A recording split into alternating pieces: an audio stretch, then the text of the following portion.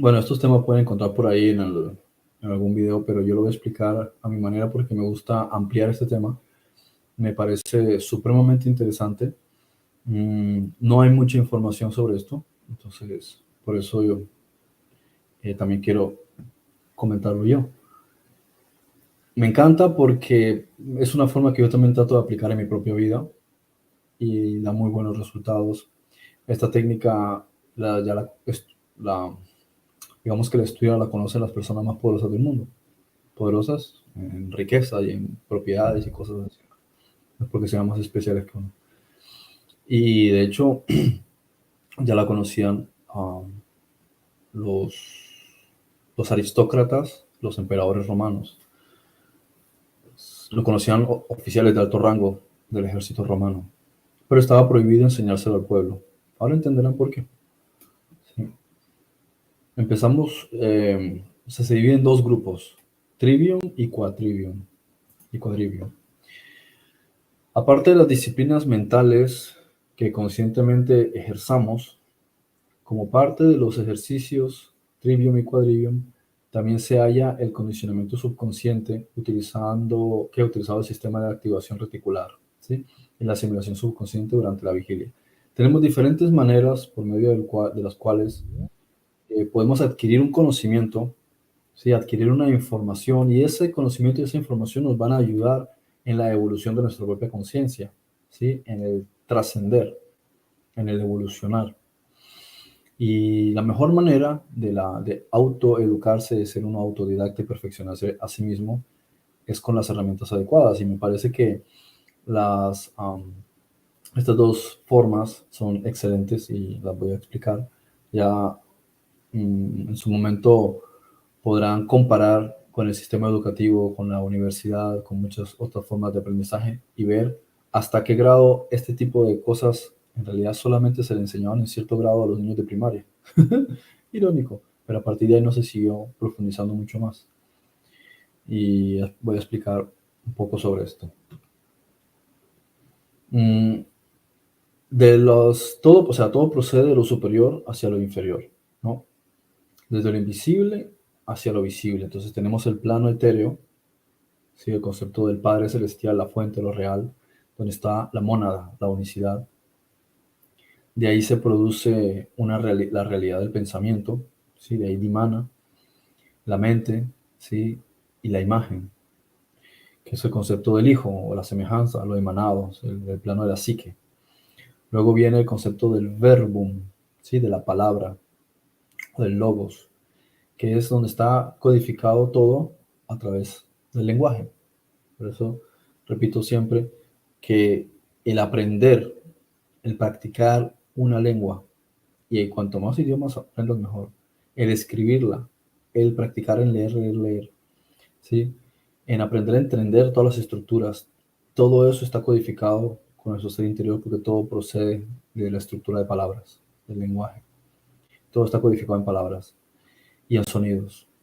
A través de todos esos códigos aparece el plano corpóreo. Todo lo que nosotros observamos en el universo es como la película Matrix, todo es un programa computacional y todos los programas computacionales son códigos. Pueden ser códigos numéricos, códigos de letras. Entonces así se manifiesta el mundo, la materia, el concepto de la carne, el universo, el sueño de Maya, ¿sí? El sueño en el que nosotros nos encontramos. Entonces, estos 7 elementos se subdividen, ¿sí? Son lo que se conocía por los romanos como las artes liberales. Interesante que utilicen la palabra liberal porque es de la libertad. Son artes o disciplinas que ayudan a que tu ser se libere, tu mente se vea transformada. Son la base de la evolución de la conciencia. Entonces tenemos 12 mecanismos, eh, varios de los cuales ya están integrados, ¿sí? En lo que estoy explicando, ¿no? Tenemos el aprendizaje, el análisis y el debate, la enseñanza y la explicación. Luego tenemos otra parte que son los números, ¿sí? La geometría, la música y la astronomía. Y luego tenemos un tercer grupo que está relacionado con los sentidos, que es el gusto, el tacto, el olfato, el oído y la vista. Los números están representados con el símbolo de un triángulo, ¿sí? Atravesando el aire, ¿sí? Como si fuese el elemento aire. La geometría está relacionada con el símbolo del triángulo apuntando hacia abajo atravesado, ¿sí? Sería la Tierra. La música está relacionada con el símbolo del triángulo hacia arriba, que es el elemento, perdón, hacia abajo, que es el elemento agua. Y la astronomía estaría relacionada con el símbolo del triángulo apuntando hacia arriba, o sea, el elemento fuego. ¿Okay? Estas son 12 herramientas y podemos utilizar cada una de ellas en una combinación, y todas estas están también relacionadas con las 12 constelaciones. Entonces, la división de estos 12 elementos o estructuras de transformación de la mente se dividen en trivium, que son 3 secciones, que es de la lengua y el aprendizaje, sí, aprendizaje de las letras, todo lo que tiene que ver con esas formas de aprendizaje, de datos, de asimilación y análisis de los datos, y la explicación y debate de esos datos. La otra sección es quadrivium, ¿sí? Que son artes en sí de los conceptos de la geometría, de la música, de la astronomía y de los números, claro. Y luego está la interacción de los sentidos con el mundo. Podemos utilizar nuestros sentidos para activar aspectos de nuestra mente. El gusto, los sabores, ¿sí? La vista, las cosas que vemos, el oído, las cosas que escuchamos, el, el olfato, ¿sí? Las cosas que olemos, el tacto, las cosas que tocamos. Todo esto, ¿sí? Es una combinación de habilidades para el desarrollo de la mente. Trivium y quadrivium se conocen como las 7 artes liberales, en oposición a las artes serviles o los oficios viles y mecánicos propios de los siervos. ¿Qué significa esto? Que lo que uno aprende en el colegio, o sea, lo que la mayoría de personas aprenden en el colegio, está relacionado con convertirte en un empleado, ¿sí? Es decir, que seas un siervo del sistema, o sea, que mantengas bajo esclavitud. Ya en la era medieval se hacía una clara distinción entre el conocimiento que iban a recibir los nobles y los conocimientos que se le daban al vulgo. Por eso en el colegio ustedes no van a ver que les enseñen sobre administración de vuestros ahorros, pago de impuestos, negocios, fondos de inversión, ahorros a largo plazo, proyectos a sacar adelante. No les van a hablar de nada de eso, no les van a explicar cómo funciona la economía, sería un suicidio para el sistema. Entonces no les van a explicar nada de eso. No les van a explicar en profundidad temas de ley, porque tampoco les conviene que ustedes conozcan la ley. Todas estas cosas se las van a enseñar en otro nivel a aquellos a los que ellos quieran dirigir en un ámbito o sección específica para sus fines. Son otro tipo de herramientas dentro de la pirámide de la servidumbre.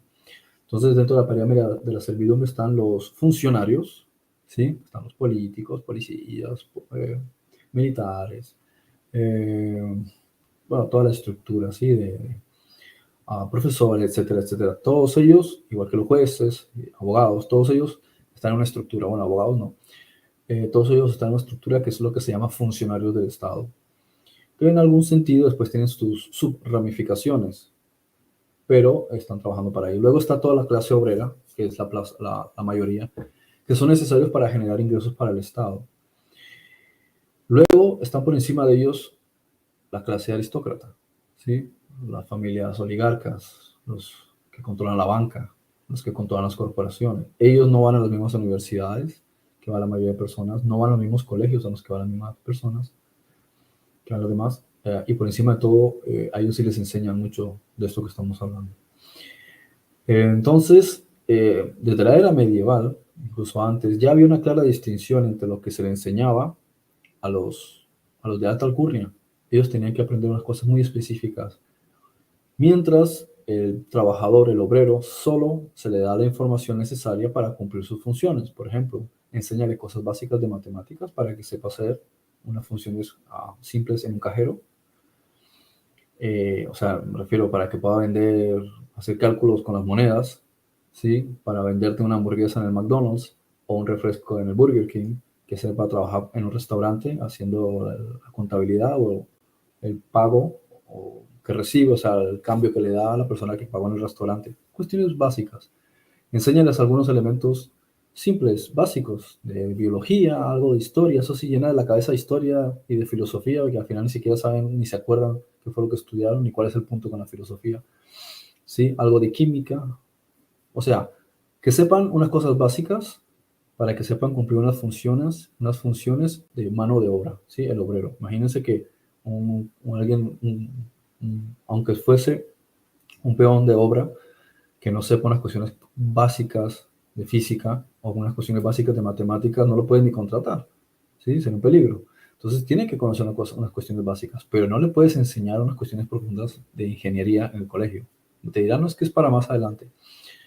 No, es que en realidad todo va a ser segmentado, todo va a ser dirigido por diferentes áreas. Si estudias medicina, solo en dirección a medicina, no lo conectes con otras cosas, porque eso es un problema porque se activan áreas distintas del cerebro.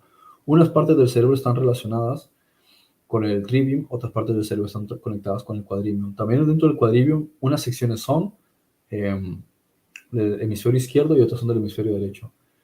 En el sistema educativo, especialmente en secundaria y en la universidad, no te pueden enseñar ambos elementos porque corren el riesgo de que se active tu conciencia. Entonces tienen que polarizar, o te enseñan uno o te enseñan el otro. Normalmente no te van a enseñar el de la creatividad. Casi siempre eso te lo van a enseñar en el área de los niños o como algo complementario. No te van a enseñar cómo monetizarlo, no te van a enseñar cómo ser empresario o sacar eso adelante, cómo ser un artista, no te van a ayudar en eso, ni cómo a conseguir patrocinios para eso. O sea, en eso te van a hacer que te busques la vida. ¿Por qué? Porque no les interesa que se potencie el hemisferio derecho del cerebro. Solo el hemisferio izquierdo, que son cálculos, y mira que te enseñan tantos cálculos que te meten que si trigonometría, álgebra, no sé qué tanto nivel, unos cálculos que dices, qué locura, o sea, ¿hasta qué grado me vas a enseñar unos niveles de matemáticas si yo no voy a trabajar en la NASA? Pero te tienen que enseñar un bombardeo de cuestiones matemáticas y de álgebra avanzada y todas esas cosas que no te sirven para nada porque si tú tienes un problema matemático, tú puedes una calculadora. No te complicas haciendo esos cálculos. ¿Para qué quieres eso? Porque lo que quieren es que ¿cómo se dice? Se sobreestimule el hemisferio izquierdo cerebral. Eso es en realidad con lo que se va con todo esto. Y por encima de todo hay algunas artes en las que no van a profundizar y tratará que no se combine, que no se mezcle. Por eso van a haber carreras en las que ven que el médico es médico y el abogado es abogado y el otro es este, pero no vas a ver que hacen dos carreras combinadas. ¿Sí? Por lo regular es muy raro que lo hagan y casi siempre siguen haciendo capacitaciones y especializaciones en eso, en lo que se han metido. De manera que la mente está polarizada. Va a ser muy difícil que esas personas en esos niveles consigan tener una amplitud de conciencia porque los han llevado demasiado hacia un solo segmento y dentro de ese segmento los han educado, porque estos todos son sistemas jesuitas, a que el otro lado está considerado el de los vagos. O sea, el que habla de astrología está loco. ¿Sí? El que quiere meterse en temas de música va a tener que ir a tocar música en la calle porque eso no genera dinero. Y a veces te lo dicen. Con eso no va a salir nada en la vida. Los cálculos matemáticos, perdón, los números, hay que ver hasta qué nivel también se le saca partido. Y el otro, lo puse por aquí, bueno, perder el hilo. Geometría, perdón. Geometría igual, llega un punto en que geometría, ¿qué más vas a avanzar? Te tienen que limitar la geometría también, porque la geometría tiene que ver con la desestructuración de la mente. No les interesa que se estructuren todos sus parámetros. Y el más avanzado, el más importante, que es la astrología, ¿no? Entonces, esta música, astrología, ahí podemos incluir también, no lo he puesto, pero hay un segmento que se combina, que es la danza, que es otra forma también del desarrollo de la mente. Sí, vale, sí, está números, geometría, música y astronomía. Vale. Yo hago la extensión de astronomía, incluso hasta a la astrología y todo lo que tiene que ver con metafísica, cábala, lo que estamos estudiando. Pero se tiene que combinar y tenemos que también tener en consideración la parte motora, por eso la parte de las sensaciones. Ahí entramos con la danza, la práctica de deportes, etcétera.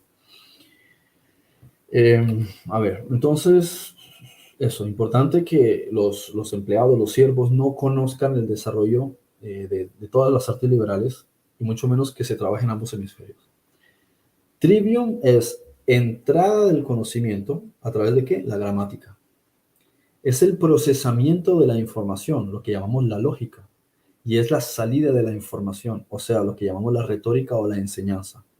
A diferencia del caso de Platón, ¿sí? Aristóteles tenía más la idea del concepto retórico, ¿sí? Entonces hablamos de cuando tú tratas de crear un argumento como los políticos que hablan y dicen unas palabras o muchos predicadores y te llenan la cabeza de cosas y al final simplemente te mantienen mareando, ¿sí? Te dan vueltas los noticieros, estos debates políticos, muchas cosas, te dan vueltas y te marean muchas cosas también que se estudian en la filosofía, te marean, se ponen a darte vueltas, de vueltas, de vueltas y no te llevan a ningún lado. En cambio, la mecánica que utilizaban Platón y Sócrates es, vamos al grano, ¿cuál es el punto? ¿Cuál es la raíz? ¿Y a qué viene todo esto? Y ya está, no te pones con el enredadero de tantas vueltas y vueltas y vueltas, porque precisamente todas esas vueltas se asocian con lo que se llaman falacias, diferentes formas de eludir el punto. Eso lo vas a encontrar mucho si tienes un debate contraplanista. Va a empezar a darte vueltas por aquí, por ahí, saca un montón de cosas de contexto y marea, y marea, y marea, y marea, y al final dice, mira, o me vas a volver loco o me salgo del tema, porque no vas a llegar a ningún lado. Ellos no van al punto empírico, ¿sí? Sino que van a divagaciones, ¿sí? Puntos, cosas sacadas de contexto y cosas que no se atan por ningún lado. Y es una forma de cómo actúan también los políticos. Es toda esta demagogia, esta tomadera de pelo, por así decirlo, ¿no? Pero una forma correcta de la estructuración es, hay una entrada de conocimientos. Esos conocimientos tú los tienes que analizar. En el sistema educativo rara vez te dicen que utilices el procesamiento. No, tú no estás para pensar, tú estás para aprender. Lo que en sus términos quiere decir memorizar. Entonces te dicen, vale, esta semana la página 35 a la 41, para el examen siguiente. Y te pones a rememorizar. Preparas el examen, a ver si tengo suerte y paso el examen. Te preguntan unas semanas después si te acuerdas de eso y ¿cómo acordar si estoy con otro examen? Entonces tú no integras la información, memorizas para porque después te puntúan. ¿Qué te puntúan? Tu capacidad de memorización es lo único que te están puntuando, porque no te están puntuando el conocimiento. De hecho, no se centra en ningún debate para decirte, vale, vamos a hablar sobre Alejandro Magno, ok, ¿qué opinas tú de Alejandro Magno sobre esto y aquello que no se habla en ese tipo de espacios? Simplemente es, ¿en qué año Alejandro Magno no sé qué tal? ¿En qué año después de la lucha tal, qué invasión, a qué ciudad? Todos son datos, datos y memorización. Pero en realidad la persona no sabe, simplemente está cumpliendo con una estructura para lo que le están exigiendo. Bien. Y luego tenemos la parte de la retórica, la salida, que es cómo tú expresas una información. Ahí está muchos de los problemas que tienen los profesores. Están acostumbrados al mismo sistema y si los alumnos no siguen esos esquemas, se enfadan con ellos o no los aprueban. Cuando en realidad el problema es del profesor que lo han educado dentro del mismo esquema de memorización y él te obliga a que memorices, en vez de utilizar la creatividad para que tú entiendas una temática y por encima de todo, ¿para qué te sirve esa temática? ¿Sí? Hay que entender qué es lo que está estudiando una persona y para qué le sirve en la vida práctica. Entonces, es importante tener una información básica, pero tú el resto de tu vida tienes que seguir estudiando, entonces seguirás aprendiendo. Por tanto, complementa esa información. Lo que tendrían que darte, no te lo van a dar. Y por tanto, uno debería también, pues con sus hijos o uno mismo en general, es aplicar todo en general del trivium y del quadrivium. A ver, una pregunta. Entonces, la élite oscura controla nuestra educación y oculta libros. Tanto como ocultar libros, sí, ocultan libros, pero ese no es el punto, sino que de hace 100 años, más o menos desde 1917 por ahí, que John D. Rockefeller compró los libros de educación y reestructuró y reescribió la historia. Todos los libros de historia y el sistema educativo fue idea de él.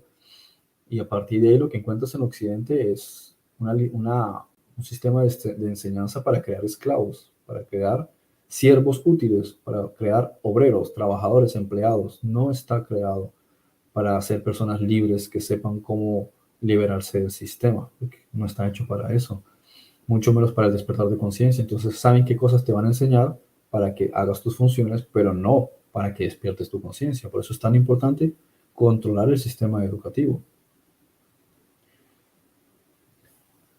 Voy a poner otra diapositiva. Bien, entonces vamos con el Trivium. Es importantísimo entender el Trivium, que son tres estructuras, porque todo lo que tiene que ver con la gramática, yo lo he explicado, y eso lo venimos hablando hace años con todo este asunto de la cábala. ¿Qué es la cábala? Uno de los elementos de la cábala una de las secciones de la cábala es justamente todo lo que tiene que ver con las letras. Una de las cosas importantes desde la antigüedad era el conocimiento de los sonidos. Lo vemos en la cultura Vedanta, o sea, todos estos temas de los hindú, los sonidos, los mantras. ¿Qué tan importante es el sonido? Bueno, ¿qué tan importante son las letras? ¿Por qué los cabalistas le dan tanta importancia a las letras? Cada letra relacionada, perdón, con un cromosoma. Cada letra relacionada con alguno de los gnomos del antiguo Egipto. No gnomos de GN gnomos, sino gnomos sin la G. ¿Sí? Que eran los diferentes arquetipos relacionados con el ADN, era la misma cosa. Entonces, cada letra está conectada a un cromosoma, con un concepto de un cromosoma. Y la estructura gramatical es importante. Las letras, las vocales, las sílabas, la estructura de una palabra, cómo empieza, cómo termina, ¿sí? Lo que es el prefijo, el sufijo, el sonido que tienen, todo eso es importante. El sonido de una consonante y el sonido de una vocal son importantes. Cómo estructura las palabras, las frases, cómo las estructuras. Y cómo armas y desarmas una palabra, sí, es lo que se llama gramática cuántica. Coges una palabra y creas un anagrama, lo que en hebreo, lo que en Cábala llamamos temurá. Coges una palabra y le cambias la letra de posición y vuelve a tener y cambia un código, cambia lo que significa, ¿no? Y en sí misma cada letra tiene una numeración y la estructura en sí tiene una numeración. Toda la frase tiene una numeración. Y tú puedes coger todas las palabras de una cita, el primer sonido o el último, que es el notaricon, y encontramos lo mismo, todos estos códigos. Eso es lo que se enseña en Cábala. Sin embargo, ya existía dentro del concepto de Trivium. Es el hecho mismo de que las letras tienen un valor lógico, que son sistemas de aprendizaje distintos, pero es fundamental entender cuál es el significado de cada palabra. ¿Qué es lo que estoy diciendo? ¿Qué valor tiene? Uno de los aspectos importantes de lo que ha hecho la élite oscura es pervertir el derecho. Oh, lo dice, ya Daniel lo había dicho. Tratarán de cambiar los tiempos y la ley. Los tiempos no los puedes cambiar. Puedes cambiar el tiempo, ¿sí? Y lo puedes cambiar con ARP, lo puedes cambiar con chemtrails, lo puedes cambiar con aviones que producen disparos láser y provocan incendios. Tú puedes cambiar el tiempo, pero los tiempos no los puedes cambiar. Puedes tratar de alterar. Entonces tú vas a tratar de cambiar el tiempo, hacer que haya lloviznas, alteraciones de todo tipo. Entonces cambias, ¿sí? Eso. Pero también tratas de cambiar la ley. Y ese es el proceso en el que he estado desarrollándose los últimos 150 años, más o menos, en especial en las últimas, no sé, en los últimos 80 años, 60 años, la ley ha ido progresivamente cambiándose. ¿Y cómo cambia la ley? No solo cambias el hecho de lo que es toda la estructura del derecho, sino que cambias el significado de las palabras. Y no hay cosa más demoníaca que cambiar el significado de las palabras, porque tú le puedes dar a una palabra un significado que puede ser exactamente lo opuesto.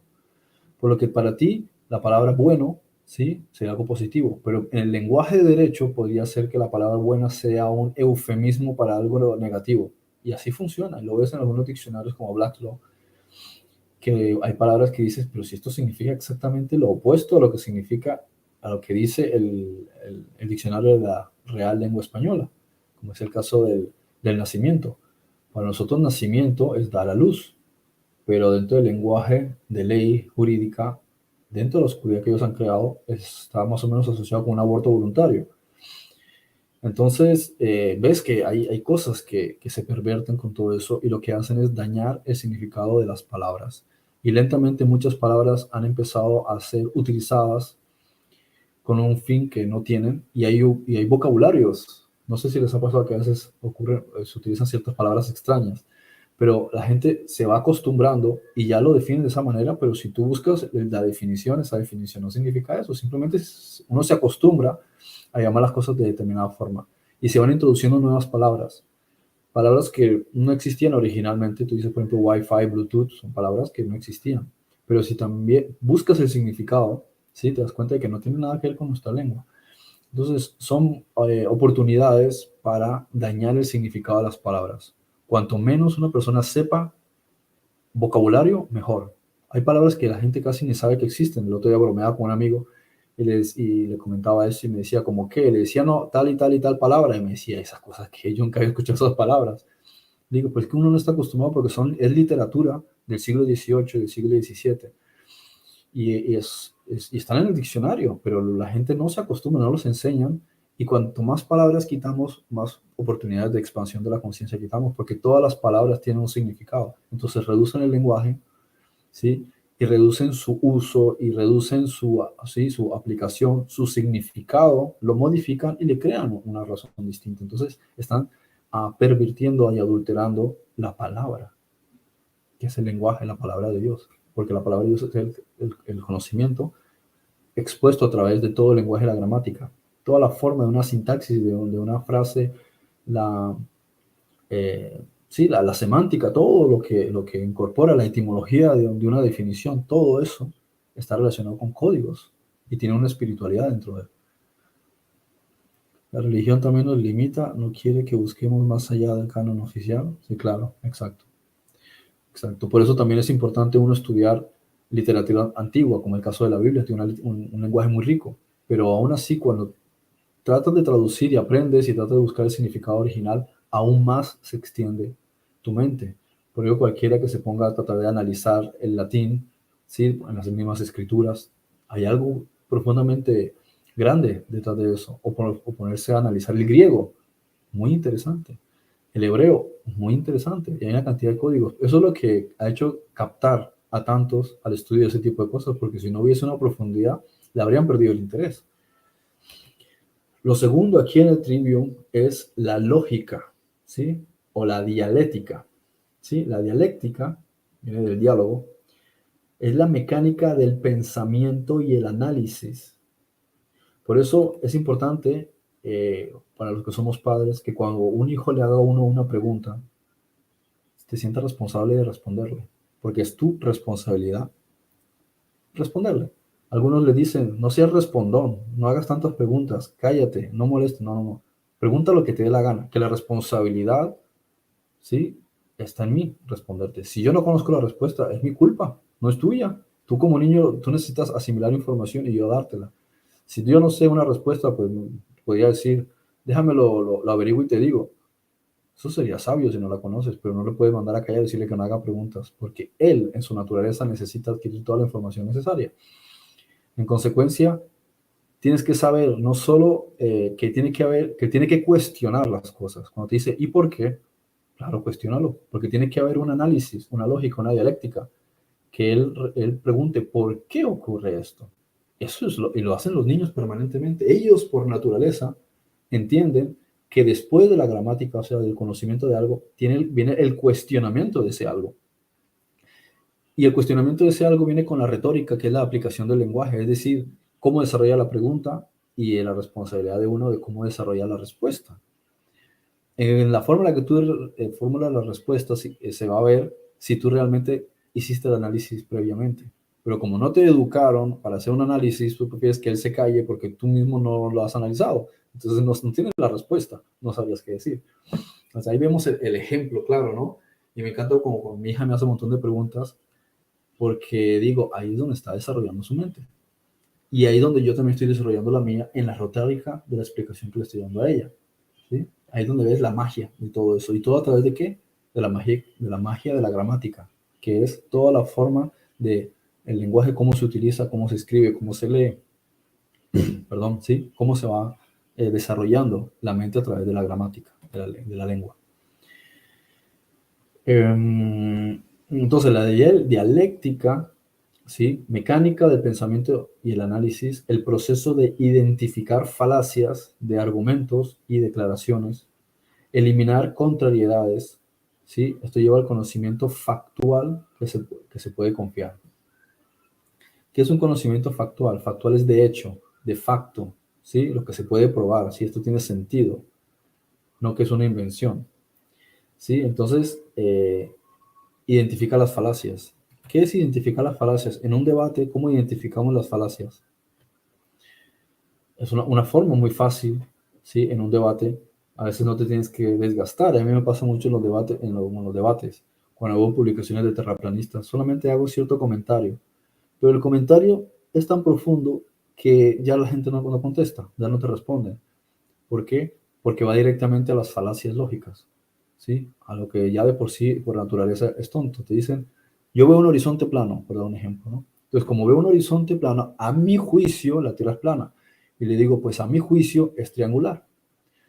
Porque igual como tú puedes una línea recta, que es cuadrado, yo te puedo decir que esa línea recta es parte de un triángulo, entonces la Tierra es triangular. Entonces ya no te contestan nada. Entonces, si vamos a entrar en esos razonamientos, vamos a las falacias lógicas. Bien, y así podemos entrar, sí, caer en muchas cosas y no te estás desgastando. Pero es una forma también de que la mente piense, pues sí, ahora me acabas de dejar descolocado, yo también podría inventarme cualquier cosa. Entonces, otro ejemplo, ¿no? Hablando sobre esto de la retórica, lo importante que es el debate y lo que son las falacias. Los terraplanistas te dicen que todas las fotografías del espacio son hechas con Photoshop. Y tú dices, es curioso, porque las fotografías del espacio existen desde los años 50 y sin embargo Photoshop existe desde los años 80 y ha ido mejorando. Entonces, ¿cómo es que hay fotografías del espacio nítidas antes de la existencia de Photoshop?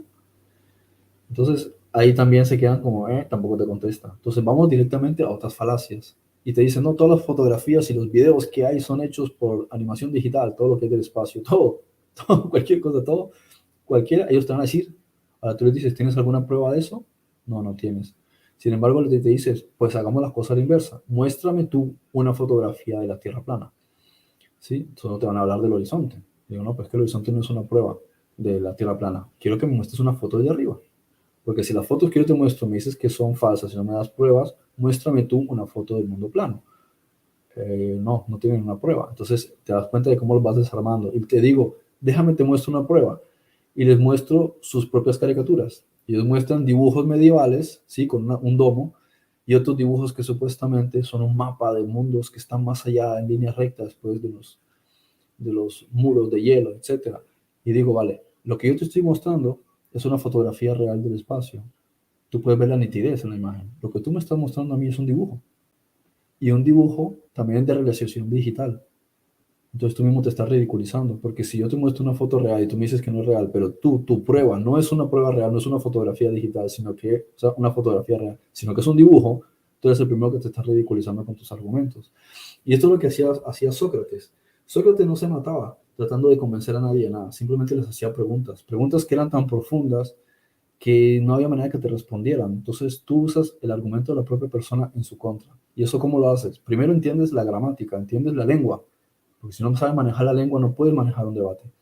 Lo segundo es, vamos a analizar de lo que estamos hablando y a través del análisis empiezas a desarmar todas esas falacias. Cuando quitas las falacias, no te queda más que irte a los hechos.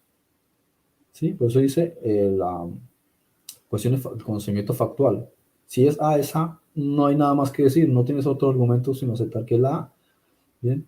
Ahora, la retórica es la aplicación del lenguaje, ¿sí? Con el fin de intuir, persuadir al oyente y al lector. Es lo que estoy haciendo yo. Entonces, a través de un conocimiento, de una gramática, de analizar una información, estás capacitado para enseñarla. No sería lo mismo si tú memorizas datos, porque lo único que puedes hacer es enseñar datos. Entonces, eso lo puede hacer una grabadora, lo puede hacer un robot. Pero que otra persona entienda el concepto, primero tienes que haberlo entendido tú. Tú tienes que haberlo razonado y haberlo entendido para poderlo desarrollar, ¿sí? No puedes hacer lo mismo de otro punto de vista. Un ejemplo, hablando también de lo mismo, de la teoría de las falacias, le llamaría yo antes que la teoría de la Tierra plana. El terraplanismo diría que es la teoría de las falacias, ¿sí? Cuando se arguye al hecho de la creación. Entonces, vamos a ir a las lógicas, ¿no? La lógica que uno conoce es que el universo tiene un origen, un desarrollo, y se llega de ese desarrollo hasta donde estamos ahora, independientemente de que haya sus mentiras, ¿no? Como la teoría de la evolución o que algunos no estén de acuerdo exactamente con la forma en la que se postula el concepto del Big Bang. Pero independientemente de ciertos puntos de vista, que son puntos de vista, hay un hilo. ¿sí? Y todo se enmarca con un contexto. Cuando les preguntas a ellos cómo se formó el mundo terraplanista, no tienen argumentos. Entonces, si quieren, la única excusa es agarrarse de la Biblia y les dicen, no, es que la Biblia aprueba casi todo lo que dice la comunidad científica en el sentido general. No dice nada de mundos planos. Entonces, de repente se acabó el debate.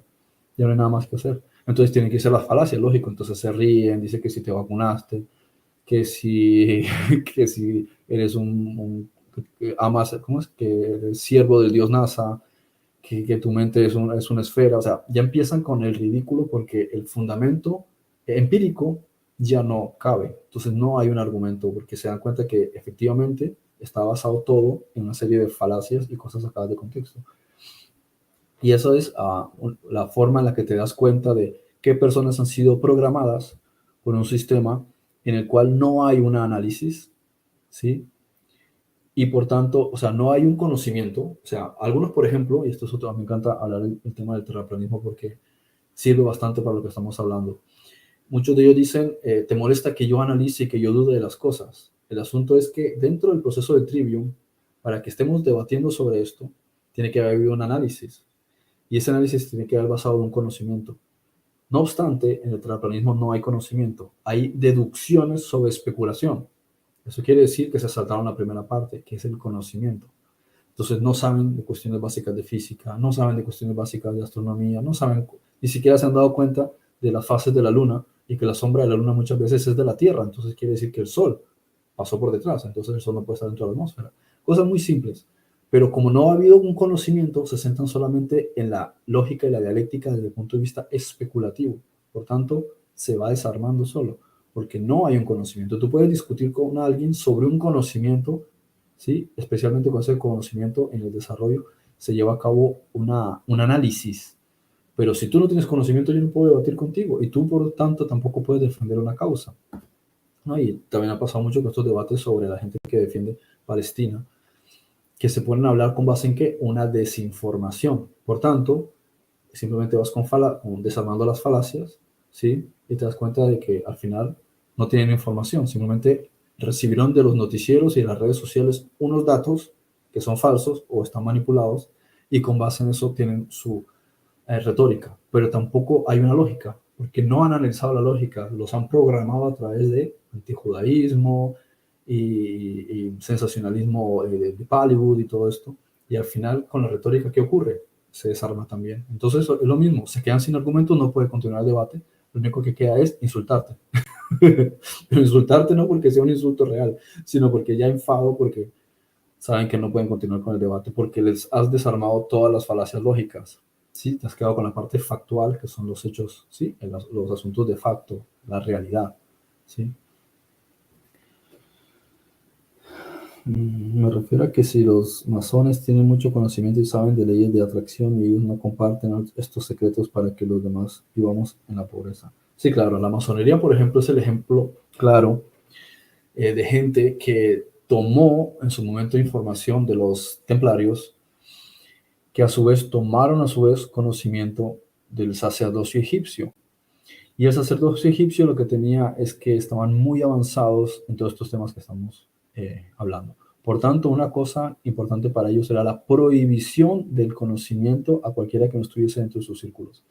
Esto es lo que lleva a las teorías de la conspiración, que a veces son ridiculizadas, pero que en realidad son muy obvias porque hablamos del hermetismo. ¿Qué es el hermetismo? Jesús practicaba también el hermetismo. Hermetismo es algo hermético. Yo te cuento a ti ciertas cosas porque sé que tú lo puedes asimilar, porque ya te conozco y sé más o menos por dónde vas y a ti te hablo de esto. A nadie más le hablo de eso. Al otro le voy a hablar de otras cosas porque sé que él entiende más de eso y eso lo hacía Jesús. A veces decía, Pedro, tú y me siguen 3 personas y todos los demás porque no le siguen, porque él sabía que solamente ellos debían ver lo que debían ver y solamente iba a hablar con ellos de ciertas cosas. Luego, aparte, hablaba con esta mujer o con aquella mujer porque no hablaba con los demás, porque sabía que podía hablar ciertas cosas o debía hablar ciertas cosas solo con una mujer o con ciertas mujeres. Luego, con cierto anciano hablaba otra cosa, con cierto niño hablaba otra cosa. ¿Por qué? Era selectivo a la hora de la información, porque todas las personas somos diferentes. Entonces, lo mismo aquí. El conocimiento tiene muchas amalgamas, tiene muchas secciones y hay personas que son más aptas para profundizar en determinadas temáticas. y pasa todo el tiempo. Hay cosas que puedo hablar con unas personas y otras cosas que no puedo hablar. Y muchas veces pasa que simplemente me siento en un sitio a escuchar, porque sé que no les puedo decir nada, porque en el momento que les diga algo les hace sangre por los oídos. No son incapaces de asimilar lo que uno pueda decir. Esto, por ejemplo, con el documental este que estamos preparando, eh, es un documental que no está hecho para la mayoría de personas. Es tan profundo y es tan intenso que ni siquiera se lo recomiendo a la mayoría de personas que no tengan una capacidad de comprensión, ¿sí? De espiritualidad, porque es demasiado sensible, ¿sí? Demasiado escueto, demasiado intenso. Pero a veces pasa que las personas también necesitan por lo menos darse un golpe para poder asimilar las cosas como son. Y bueno, por ahí explicar esto del hecho de que haya grupos que tienen una información pero solamente la hablan entre ellos. Y lo mismo ocurre, sí, con los niveles de la masonería, sea el grado escocés, sea el grado de York. Los grados de York da igual porque al final de lo que se trata es que ellos van viendo quiénes son aptos para que les den más información. Y la aptitud no es solamente tu capacidad de absorción de información, es tu capacidad de compromiso, ¿sí? Por eso, sabe, por el concepto de bautismo de Jesús con sus discípulos y todo eso, era tu capacidad de inmiscuirte y de profundizar en eso. Los soldados romanos, ¿cómo recibían cierta información profunda? Tenían que entrar en la secta de Mitra. Y en la secta de Mitra los sumergían en el agua para demostrar que ellos estaban implicados y comprometidos. Por tanto, no iban a contar nada de lo que estuviese informándose. Los Skull and Bones, los Jails and Keys, todas estas sociedades secretas, el Bohemian Groove, todos estos, ellos no te van a contar de lo que están hablando, está prohibido. Es parte de su código. Y ellos mismos han hecho un juramento de que los torturarían de la forma más horribles si ellos te cuentan algo de lo que han hablado. En consecuencia, encontramos que el verdadero conocimiento está oculto. Y está oculto precisamente por la importancia y la relevancia que tiene. El otro día ayer decía Russell, como que Google, que YouTube, sí, Google, es más consciente del peligro que representan los temas que estamos hablando que la mayoría de las personas. Por eso nosotros no tenemos tantos seguidores y views en videos. No obstante, basta que pongamos un video y nos los quita YouTube, porque ellos sí saben el peligro que representa lo que estamos explicando. Ellos saben la profundidad de todo esto. ¿Bien? Voy concluyendo porque, a ver, ¿qué más queda por aquí? Un segundo. Vale, voy a explicar estas dos que quedan. Ya se está haciendo un poquito tarde. Aplicación del lenguaje, bien. Ahora, eso es el trivium, todo lo que tiene que ver con la gramática, la asimilación de una información, el análisis de la información y el desarrollo de la información. Pero queda otro segmento interesante, que es el quadrivium. Y este tiene que ver con el desarrollo de la sección izquierda y la sección derecha de nuestra mente. Bien, son las 4 artes liberales: aritmética, que son los números; geometría, que son números en el espacio; música, que son números en el tiempo; y astronomía, que son números en el espacio y el tiempo. Yo metería incluso la danza dentro de estos dos, de la música, sí, la geometría. Bueno, dentro de todos estos yo metería también la danza, porque incorpora todos estos elementos y los une en uno solo. Sí, los combina en uno solo y se relaciona también con los otros elementos de los sentidos. ¿Sí? Estas artes trabajaban una o ambas secciones del cerebro, trabajan, ¿sí? Y la combinación de ambas integra el cerebro como uno solo, influyendo en la integración directa de la mente en una. ¿Sí? Aritmética, ¿sí? La palabra aritmética viene de la palabra aritmos, que es número. Se descompone como a ritmos, fíjense, o sin ritmo, porque es algo fijo. Los números son algo mecánico, ¿sí? Es importante para una sección del cerebro, se complementa con otras, claro, con la otra. Geometría se descompone como geo, de la Tierra, y metría, dimensiones. ¿Sí? Geometría son las dimensiones de la Tierra, todas las proporciones y las medidas. Y encontramos que la Tierra es el resultado de los 5 sólidos platónicos, y toda geometría es matemática. ¿Sí? Son ángulos, son distancias, Música es el arte de la musa, del griego musik o musiki, asociado al concepto del músicas o poético, el músico.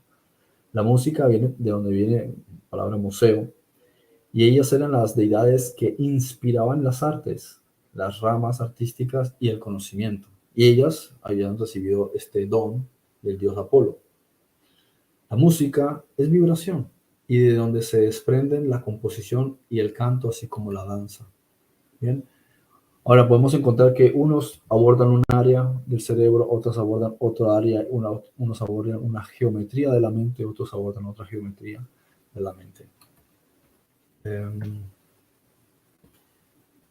bueno, a ver, sí, voy a aprovechar y explico esto dos rápidamente para concluir. Seguiremos con, a ver, sí, sí, próxima clase seguimos, no hay problema. Todo esto se desarrolla, en todo esto se desarrollan campos vibratorios que cambian la mente. Por ejemplo, el dibujo es una combinación de música y geometría. Y uno diría, ¿la música? ¿Por qué? ¿Qué tiene que ver la música?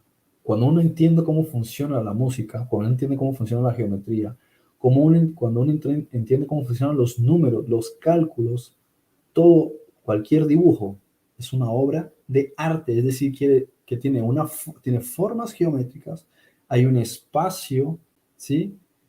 Que se lleva, y como hay geometría, hay números también, porque los números son cálculos y todos están interconectados. Entonces tiene números, tiene geometría, ¿sí? Y tiene arte, ¿sí? Porque hay una inspiración en el dibujo, es como si estuvieses bailando con el lápiz o con el trazo, realizando una obra maestra, ¿bien? La astronomía es la ciencia de lo celestial, es decir, el asunto de los dioses, pero entendido como la música de las esferas. Si buscan la música de las esferas, era la astronomía, porque es el movimiento y la danza, ¿sí? Uno entiende lo que significa la danza y la música, es el movimiento rítmico de matemáticas y geometrías en el espacio y se van moviendo, y todos estos tienen un significado y un código. Es la ciencia de los dioses, la sinfonía celeste. ¿Bien? Pues es importante, que parece trivial, pero es importante el estudio de los astros, porque es entender el lenguaje de los dioses. Todos, que si Aries, que si tal cosa, la posición de la luna, todos esos son unos códigos de mayor profundidad, es la comprensión de los niveles más altos del mundo sublunar. Por extensión, la música, composición, uso de instrumentos, canto, todo eso está implicado. Como de ella la danza y el dibujo, que es parte de la astronomía, y aspectos de la retórica son mecánicas yin, o sea, desarrollan el hemisferio derecho cerebral, el sistema de pensamiento izquierdo o femenino. Por su parte, los elementos trivium, la geometría, las matemáticas y otras secciones de las artes liberales son yang, es decir, desarrollan el hemisferio izquierdo cerebral, el sistema de pensamiento derecho o masculino. Cuando nosotros tenemos un proceso de desarrollo de ambos elementos, nuestra mente se mantiene en conexiones. En cambio, el sistema educativo está hecho para que solo una sección del cerebro se desarrolle hasta que se atrofie y se hiperutilice. La otra se desvaloriza. Por eso te dicen que si te dedicas a la astronomía, no, eso no da dinero. Que si te dedicas a la música o a la danza, eso no da dinero, eso es para los vagos. ¿Sí? Si te dedicas a los números, te dirán, ¿y eso para qué te van a dar? ¿Qué función tienen los números? Vamos analizando que se ridiculiza justamente aquello que debe ir compaginado con lo otro. Esto solo te hipertrofia el cerebro. Sí, en el sentido de la mente, te hipertrofia la mente. Perdón, hipertrofia no, te atrofia la mente. Uno con el lenguaje del gimnasio. Te atrofia la mente. ¿Sí? Pero cuando combinas los dos, estás usando esto y usando esto, usando esto, usando esto, usando esto. ¿Qué ocurre? Empieza a haber una simbiosis, empiezas a crear una conexión porque estás usando simultáneamente ambas partes del cerebro. Entonces vas y haces deporte y lees un libro. Entonces estás trabajando un hemisferio, el otro.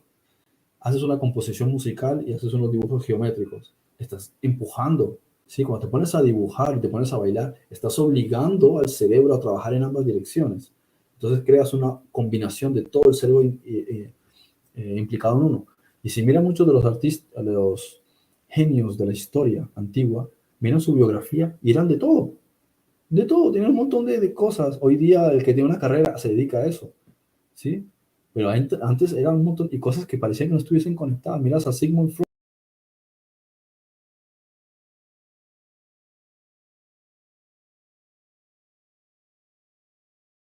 encontrar que todos ellos eran genios en sus artes, todos iban encontrando Shakespeare, el original, o sea, la persona que se puso el nombre Shakespeare, o que se lo puso a alguien para que el nombre de él pusiese estas obras poéticas, eran genios. ¿Por qué eran genios? Porque trabajaban ambas partes del cerebro, se desarrollaban en Platón. Uno dice, vos, Platón y su filosofía, a Platón le encantaba el deporte, le encantaba lo que hoy llaman el fisicoculturismo, le encantaba el levantamiento de pesas y todo lo que eran las competiciones griegas, de donde viene el concepto de olímpicas.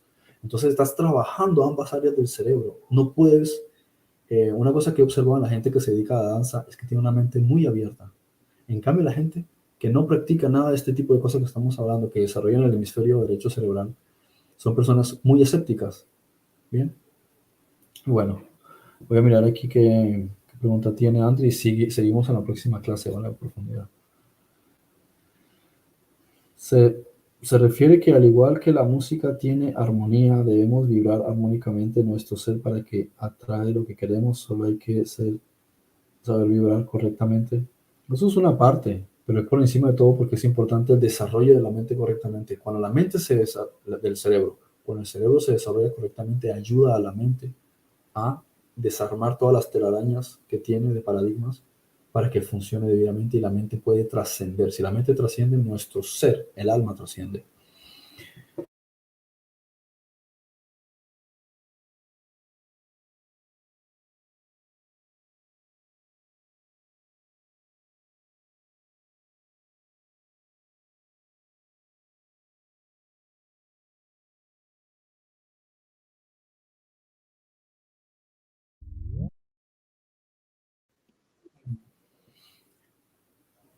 ¿Aló?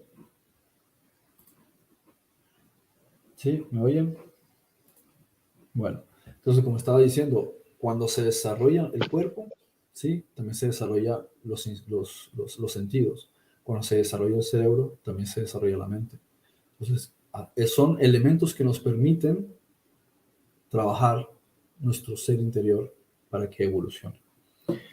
Bueno, con esto doy, a ver, entonces aparte de estudiar la Biblia, nos recomienda dedicarnos a algún arte, por supuesto, hasta las artes marciales, porque si tú observas las artes marciales, también siguen desplazamientos, siguen geometrías, porque todas las posiciones son ángulos, ¿bien? Te obliga a que parte de tu mente estén trabajando tanto en los reflejos de defensa como en los movimientos de ataque, ¿sí? Entonces, todas estas cosas son fundamentales. Las posiciones del cuerpo en los estiramientos tienen que ver también con otros aspectos de la oxigenación, el desarrollo biológico, etcétera, químico del cuerpo.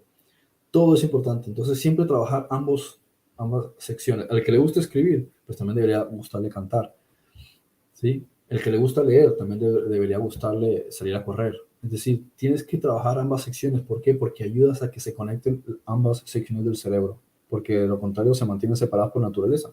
Los dos, ambos, los, uh, la sección izquierda y derecha del cerebro están separadas.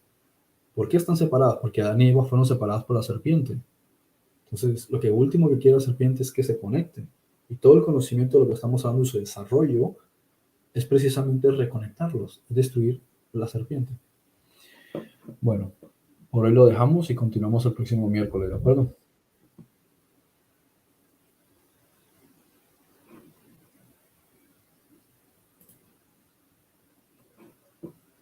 Bien.